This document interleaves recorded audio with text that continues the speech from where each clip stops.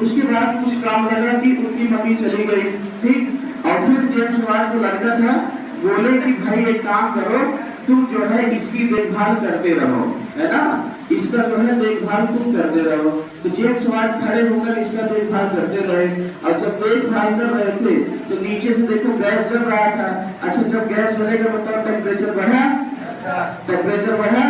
अच्छा, उससे क्या हुआ, जब यहाँ पर पानी जब था, जो पानी ये था ये वाष्प बढ़ रहा था, तो वाष्प के कारण इसके ऊपर प्रेशर लग रहा था, और जब प्रेशर लग रहा था तो यहाँ से ऐसे हल्का हल्का सा वाष्प जो है निकलना चालू हुआ, और जब वाष्प निकलना चालू हुआ ये जो ढक्कन है, ये ढक्कन है ऊपर थोड़ा सा उठने का प्रयास किया, और ढक्कन इतना उठता गया, इतना समय मतलब उठने लग गया कि कुछ समय बाद ढक्कन कहाँ मिल गया था, नीचे। और जब ढक्कन नीचे गिर गया उसके बाद वो क्या किए, फिर से बोले कि मम्मी हमको ये जिम्मेदारी देकर गई है कि मतलब इसका देखभाल हमको करना है।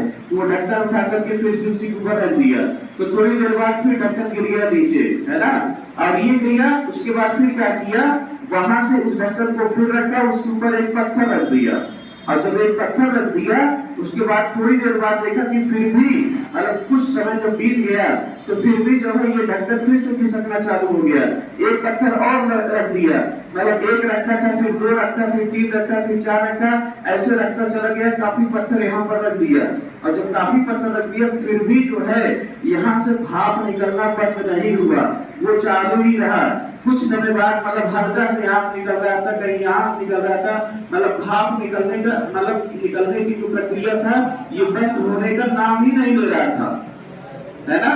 इसके बाद जब इन्होंने सोचा कि यार ये जो है अब इतना ऊपर से पत्थर भी रख रहे हैं फिर भी भाप निकलना जो है बंद नहीं हो रहा है, आखिर भाप में कितनी ताकत है, भाप में कितना प्रेशर है ना।